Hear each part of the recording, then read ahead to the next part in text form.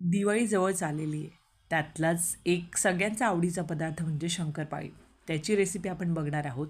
1 वाटी दूध घेतलेलं, 1 वाटी साजूक तूप घेतलेलं आणि 1 वाटी पिठी साखर घेतलेली किंवा तुम्ही साखर घेतली तरी चालेल. ती मेल्ट करून घ्यायची थोडी उकळी येईपर्यंत.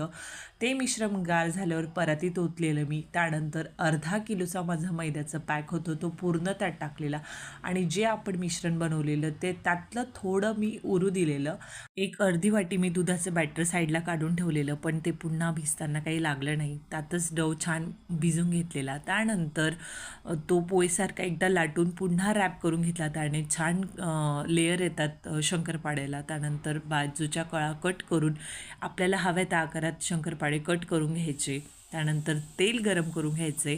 त्यानंतर कमी गॅस करून ते शंकरपाळे टाकायचे. छान कलर येईपर्यंत क्रिस्पी फ्राय करून घ्यायचे आणि आपले छान क्रिस्पी शंकरपाळे रेडी